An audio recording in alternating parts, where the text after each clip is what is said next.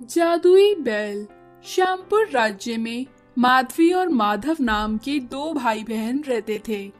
उनके माँ पापा कुछ साल पहले गुजर गए थे। अब माधव ही खेतों में मजदूरी कर कुछ पैसे कमाता था। उसी से दोनों का गुजारा चलता था।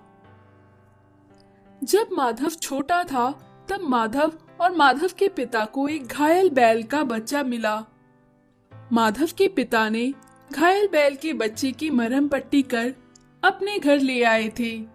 तब से माधव उस बैल के बच्चे को बड़े चाव से घास खिलाता था और आज माधव और बैल दोनों ही बड़े हो चुके थे, पर अब भी वो बड़े प्यार से बैल के लिए घास लाता था और उसे खिलाता था। एक दिन माधवी ने माधव से पूछा, भैया आप इस बैल को रोज इतने प्यार से घास क्यों खिलाते हैं? ये न तो कुछ काम करता है, न अपने इस छप्पर से बाहर निकलता है। आप इसकी इतनी सेवा क्यों करते हैं? माधव बोला, जब मैं छोटा था तो पापा के साथ मुझे ये बैल घायल मिला था। जाने किसने इसकी जख्मी हालत की थी। तब ये मुझसे आकर लिपट गया था। तब से ही मुझे इससे बड़ा लगाव है, इसलिए मैं इसे रोज घास खिलाता हूँ। इसके मन में बाहर की दुनिया से डर बैठ गया है। मुझे विश्वास है कभी ना कभी इसका डर जरूर निकलेगा और ये अपने छप्पर से बाहर जरूर आएगा। माधवी एक बड़ी सुंदर और सुशील लड़की थी। माधव अब उसकी शादी एक अच्छे लड़के से करवाना चाहता था। एक बार उस राज्य की राजकुमार ने माधवी को देखा। वो राजकुमार माधवी को पसंद करने लगा। उसने माधवी से शादी करने की चाह बताई। माधव ने माधवी से पूछा, क्या तुम भी राजकुमार को पसंद करती हो? माधवी शर्मा गई। माधव राजकुमार से शादी करवाने को राजी हो गया। तभी अगले दिन राज्य में किसी क्रूर राजा ने आक्रमण कर राजकुमार और राजा को बंदी बना दिया। अब माधवी उदास रहती थी।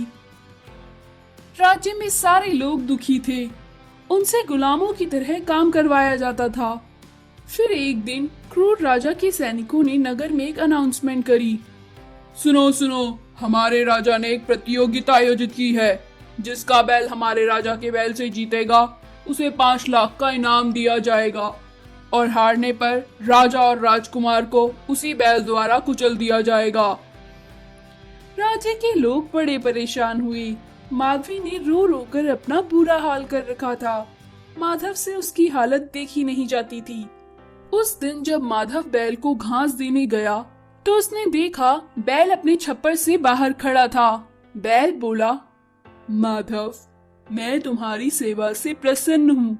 मैं एक मामूली बैल नहीं, मैं यमलोक से आया हूँ। मुझे श्राप मिला था जिसके प्रायश्चित के लिए मुझे एक ही घर में 10 साल बिना काम किए रहना था। तुमने मुझे 10 साल तक बिना मुझसे काम करवाए मुझे पाला और बड़ा किया। अब मैं श्राप मुक्त हुआ। मैं तुम्हारे राज्य की परेशानी जानता हूँ। मैं उस क्रूर राजा के बैल के साथ प्रतियोगिता में हिस्सा लूंगा और जीतूंगा। माधव अपने बैल के साथ राजमहल पहुंचा। वहाँ क्रूर राजा का बैल गले में पत्थर बांधे हुए था। तभी माधव को अपने बैल के साथ आते देख राज्य के लोग बातें बनाने लगी। आज तो राजा की मृत्यु अवश्य है। ये बैल कभी बाहर नहीं निकला, इससे क्या जीतेगा? अरे रे, आज हमारे राजा मारे जाएंगे। थोड़ी ही देर में प्रतियोगिता आरंभ हुई। माधव के बैल के गले में भी पत्थर बांधा गया और दोनों को एक लाइन पे खड़ा किया गया। दोनों बैलों में रेस होनी थी। क्रूर राजा का बैल पत्थर को ढोता हुआ तेजी से लक्ष्य की तरफ बढ़ने लगा, जबकि माधव का बैल खड़ा रहा। वो एक कदम भी ना हिला। राज्य के सारे लोग बड़े दुखी थे। माधव भी बैल को ना हिलता देख बड़ा दुखी हुआ। जैसे ही क्रूर राजा का बैल लाइन पार करने ही वाला था, तभी माधव का बैल रफ्तार से दौड़ता हुआ आया और लाइन पार कर गया। फिर उसने घूर के क्रूर राजा की तरफ देखा और उसकी तरफ भागा। उसने राजा और उसके सैनिकों को घायल किया। सैनिक और क्रूर राजा गिरते पड़ते वहां से भाग गए। फिर राजकुमार की शादी माधवी से हुई और राज्य के लोग खुशी खुशी रहने लगे।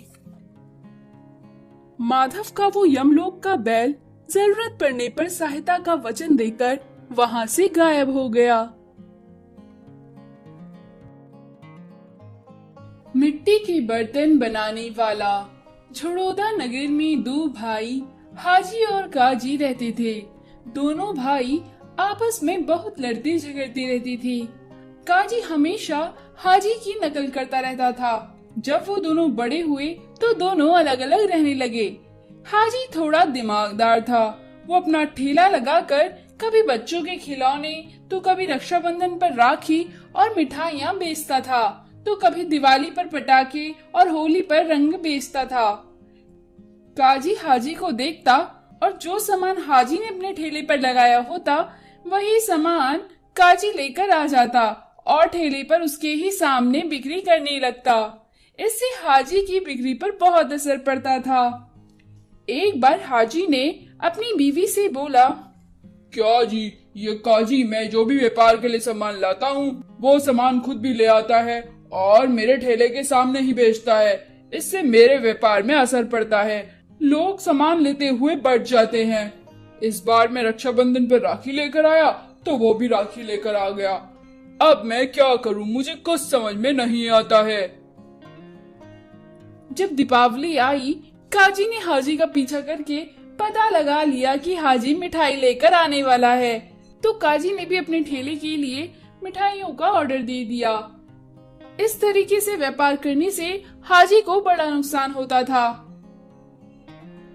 हाजी काजी से बोला, क्या रे, तू हमेशा हर बार वही सामान क्यों लेकर आता है जो मैं लेकर आता हूँ? इससे हमारे व्यापार में असर पड़ता है। तुझे भी कोई खास फायदा नहीं होता होगा। काजी बोला, अरे फायदे की किसको बड़ी है, मुझको तो तुझे परेशान देखकर बड़ा मजा आता है। मैं तो तुझसे बदला लेता हूँ। हाजी बोला, अगर अगली बार तूने ऐसा किया तो मैं पुलिस को बुला लूंगा। काजी बोला, अरे जा जा यहाँ से, पुलिस क्या करेगी, अब जा यहाँ से, नहीं तो मैं ही पुलिस को बुला लूंगा। हाजी परेशान होकर वहाँ से चला गया।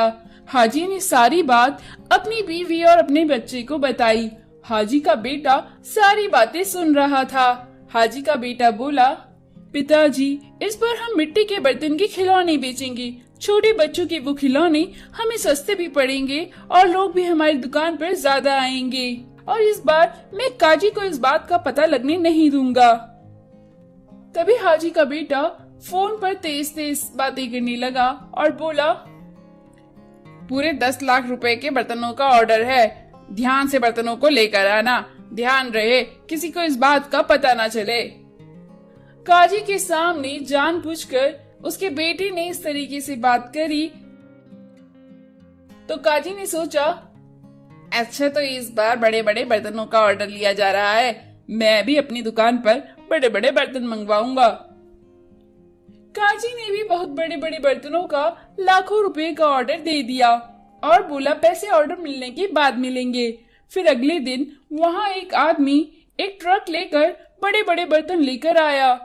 बड़े बर्तनों के ऑर्डर लेकर आने वाला मालिक बोला, और ये क्या, तुम अपने ठेले पर इन बड़े बड़े बर्तनों को बेचोगे? मुझे क्या तुमने बेवकूफ बनाया है? काजी बड़े बड़े बर्तनों को देखकर हैरान रह गया।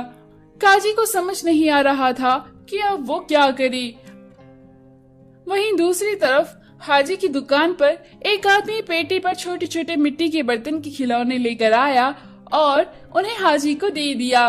हाजी ने उन्हें अपने ठेले पर लगाया और बेचने लगा। हाजी की दुकान पर छोटे छोटे बर्तनों को देखकर बच्चे आकर्षित होकर आने लगे। बड़े ट्रक में बर्तन लेकर आने वाले मालिक ने काजी को बोला, क्यों रे, जल्दी से इन बर्तनों के पैसे निकाल वरना मैं तुझे जेल में डाल दूंगा। काजी बोला, मुझे माफ कर दो, मेरे पास इतने पैसे नहीं हैं। मुझे लगा बड़े बड़े बर्तन सस्ते आते होंगे, पर ये तो बहुत महंगे बर्तन हैं। मैं इनके पैसे नहीं चुका सकता, मुझे माफ कर दो। बड़े बर्तनों के मालिक ने काजी की खूब पिटाई करी और फिर उसे जेल में डलवा दिया। जेल से लौटने के बाद काजी नगर से भाग गया और फिर कभी नगर में लौट कर नहीं आया। हाजी और उसका परिवार अब व्यापार करके खुश थे।